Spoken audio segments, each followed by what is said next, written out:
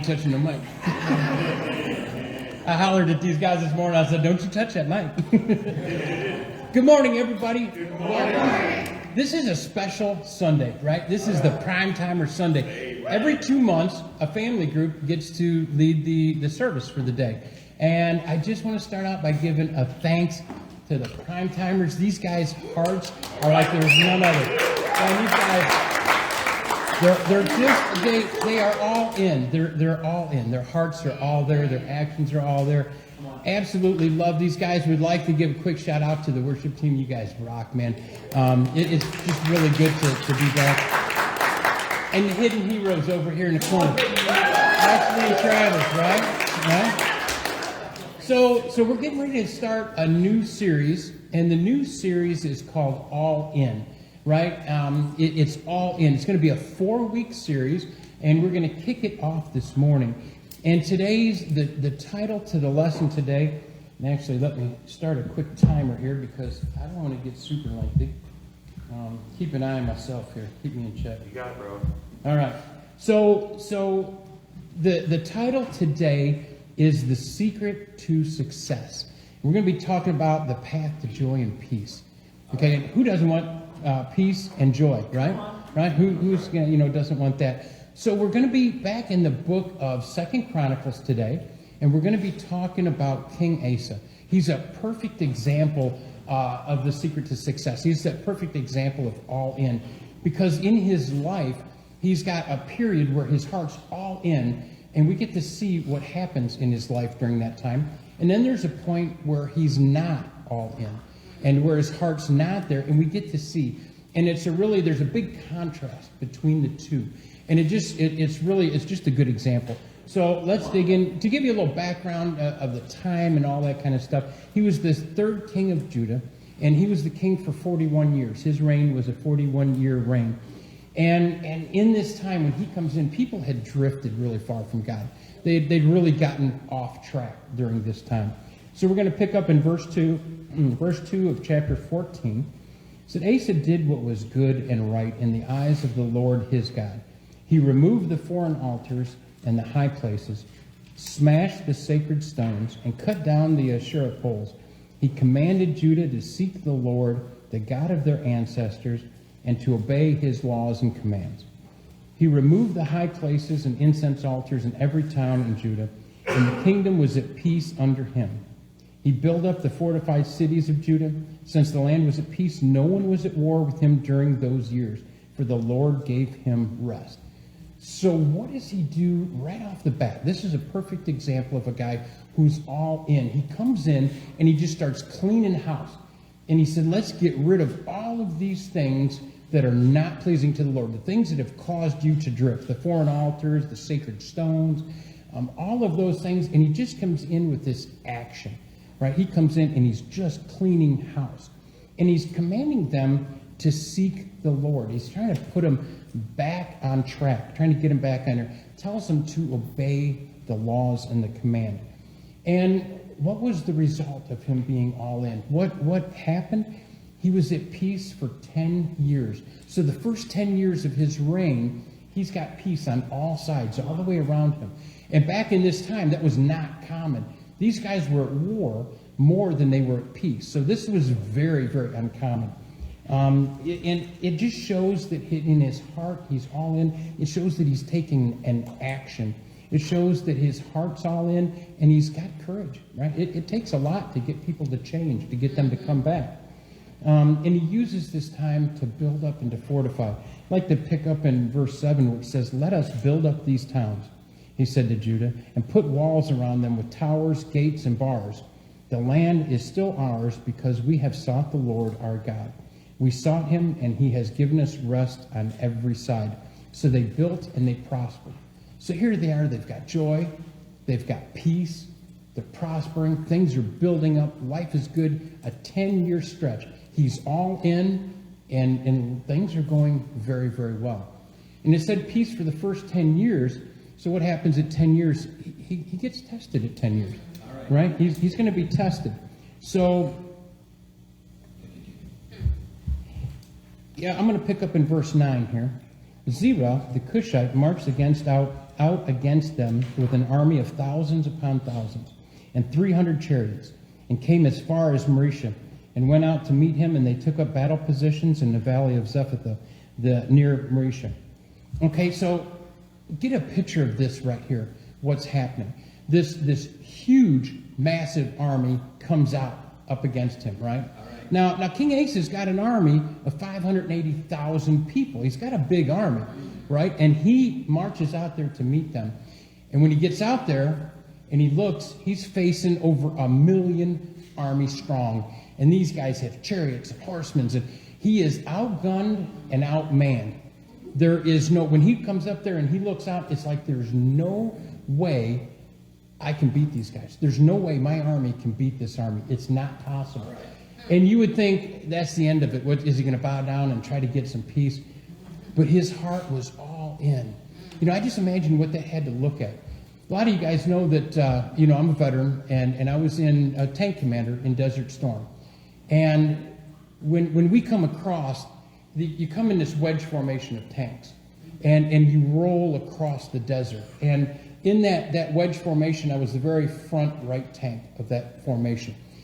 Everything in front of you was enemy. There was nothing in front of you. But I remember looking behind, and as far as the eye could see, there's nothing but tanks. You couldn't see the end of them. It was kind of a mesmerizing, just this like massive, it's hard to picture in your head that many tanks. And I often wonder, you know, the Iraqi soldiers, when they looked out and they start seeing a little dust in the distance and it gets closer and closer, and pretty soon it's just this massive, powerful army coming at them. You know, how you would feel so hopeless. And in here for King Asa, you had to think that he's standing there, he's outgunned, he's outmanned. There's no hope here. And I would like to look at how he handled the situation. Let's pick up in verse 11 here. It said, Then Asa called to the Lord his God and said, Lord, there is no one like you to help the powerless against the mighty.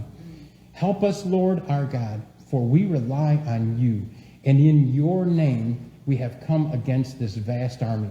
Lord, you are our God. Do not let mere mortals prevail against you. I love this prayer, right? Because you know what he's saying is, I can't do this. I can't. You can. I think I'll let you. Okay? All right? Look at, you know, when it comes to praying, I'm not, you know, I listen to people pray and I'm like, wow, that was an amazing prayer. I don't have that gift. Mine are always very short and pointed, and I just don't have that gift. This prayer, to me, I just love it because it's very short and holds every element you should have. It starts out with humility. He goes to God and said, I'm powerless. I am powerless over this. I can't handle this. I'm powerless, right? So basically, I can't do this. Then he turns around and he shows trust. He's like, I rely on you. You think about it, right? I know you can. There's no doubt in my mind that you can. He said, God's power, right? It's in your name. Think of the story of David and Goliath. Yes. There's this monster dude out there and this whole seasoned army, and not a single one of them has the courage to go up against him. Nobody, right? They're all like, I can't beat this guy. There's just no way, you know? And David comes up, little scrawny David, and said, guys, did you forget? We've got God. We got God on our side. And this little dude went out and whooped him, right? It's you know, you got to trust it. It's the old saying of, I can't, he can, I think I'll let him, right? It's a good theme, and it shows his heart is all in, right? And what happens as a result of this? What is the result? We pick up in verse 12. It said, the Lord struck down the Cushites before Asa and Judah. The Cushites fled, and Asa and his army pursued them as far as Gera. Such a great number of Cushites fell that they could not recover. They were crushed before the Lord and his forces. The men of Judah carried off a large amount of plunder. Now, I don't have time constraints to read the entire thing, but if you read it, they literally annihilated the enemy. The army that they could not beat because they did the right thing. They were all in with God. You know, have you ever faced something that you think, there's no way I can overcome this? You know, maybe a medical problem. It's like, I can't overcome this. Maybe it's a financial, maybe it's a relationship. Anything. You think, I can't. Just remember that God can. You know, there's nothing that he can't do. You know, they went off with silver and gold and sheep and goats and camels, and the list goes on. They were all in, right? Asa he took action. He didn't just talk about it. He didn't just pray. He took action. He had courage and he had prayer. What a powerful prayer. And as a result, right, as a result of being all in like this, they have peace through year 35, right?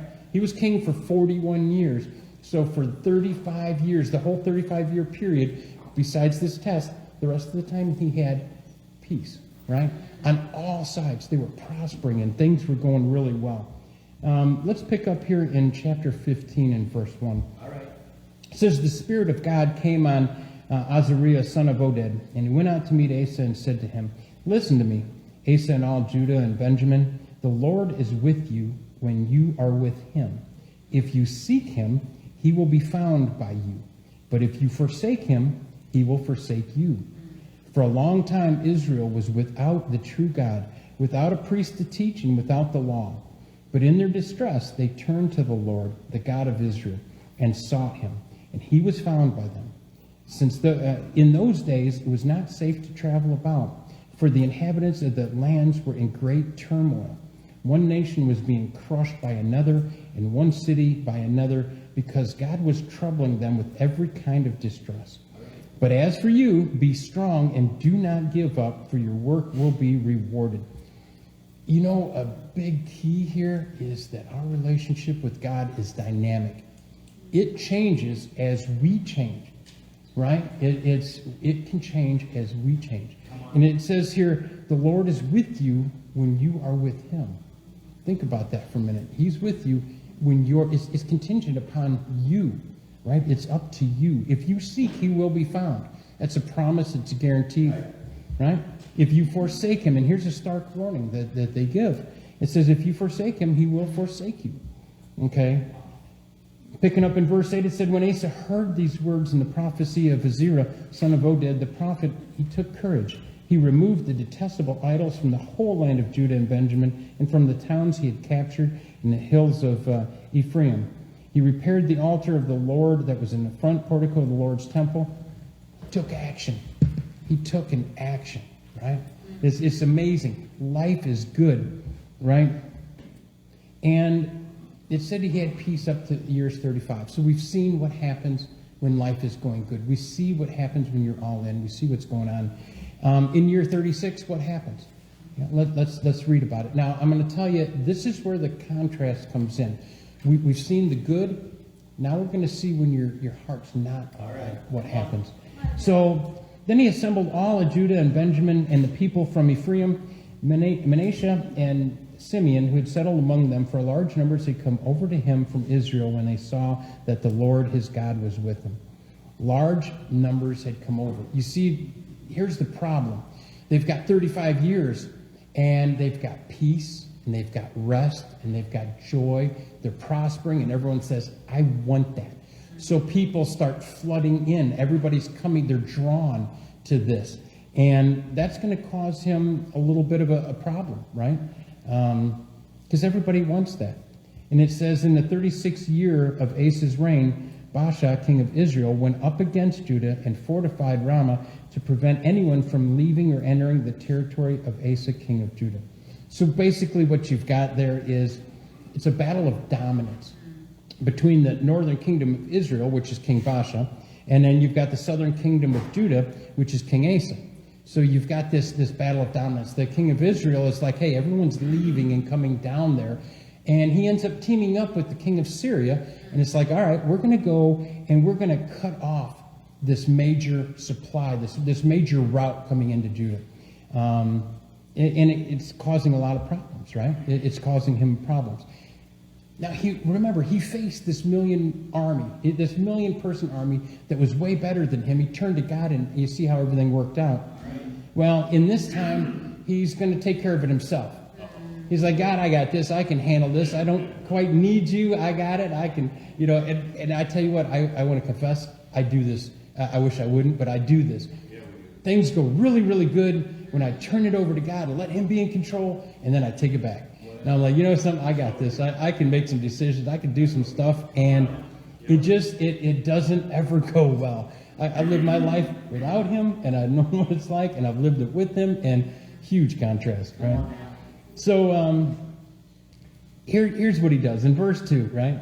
Asa then took the silver and gold out of the treasuries of the Lord's temple of his own palace and sent it to Ben-Hadad, king of Aram, who was ruling in Damascus. Let there be a treaty between me and you, he said, as there was between my father and your father. See, I'm sending you silver and gold. Now break your treaty with Baasha, king of Israel, so he will withdraw from me. So what's he doing, right? He's not praying. He's not asking God to help him. He says, you know something, I'm going to take some money out of God's temple, and I'm going to go give it to this pagan king and work out a deal. That'll take care of things. Yeah. And it doesn't really turn out so well, right?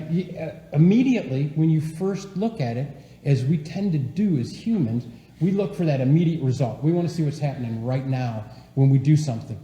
And, and they looked at it, and when he did this, he withdrew, right? He withdrew. Let's pick up in...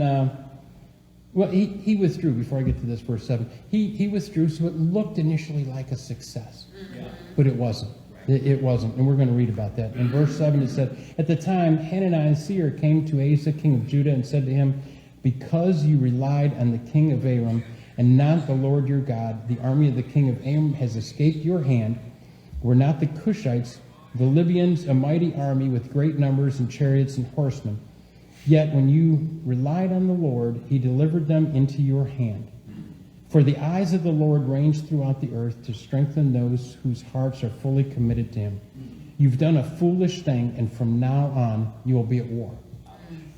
From this point forward, all that peace, all that joy, all that rest, it's gone. The rest of his life, it's gone. He spends the rest of his life at war, right? And Look at this right in here. Think about this for a second. It says in verse 9, it says, For the eyes of the Lord range throughout the earth to strengthen those whose hearts are fully committed.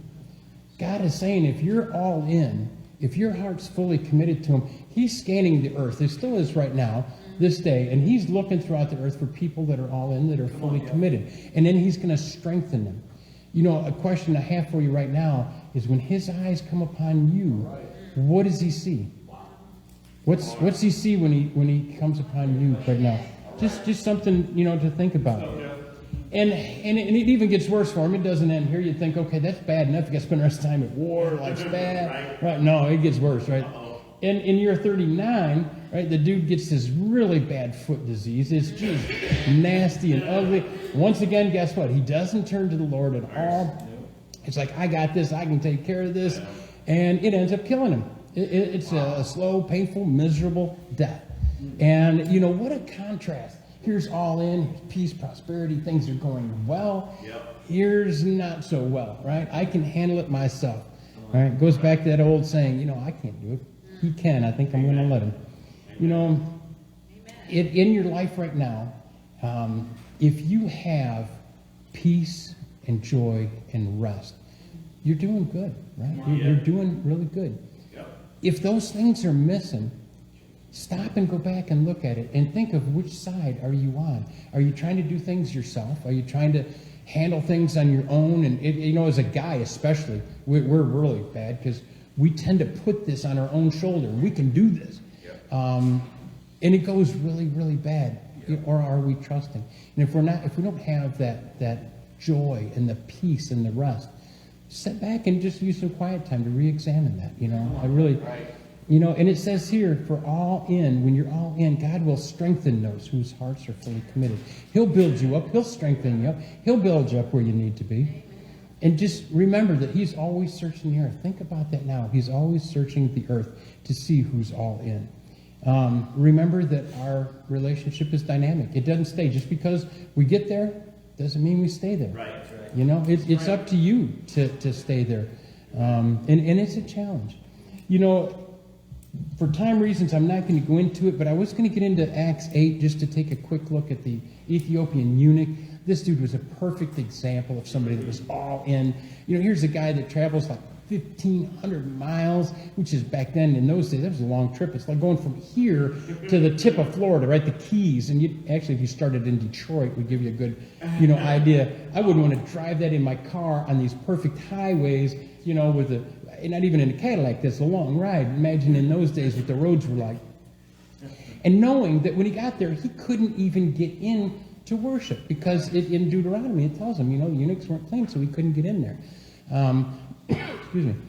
So, this guy's heart was all in, and then he's got a scroll, and he's reading it, and God sends, he's scanning the earth, and he sees this guy and says, hey, look at this guy, he's all in. And he sends Philip out to him, and this guy is very open and hears, and he's asking questions, and he wants to know. And when he hears, he believes, and he says, what can stop me? What can stand in the way? And he's baptized, right? So it's just a quick story of what happens when you're all in. And, if you guys, anybody wants to learn more, hang out, study. There's a lot of great people in the church. If you're watching online today, welcome to you. Hope you got something out of the message. For everybody here, I'm so glad to be back in the building. This is incredible to be back in the building. I'm actually loving it. And we are going to, that concludes the service today.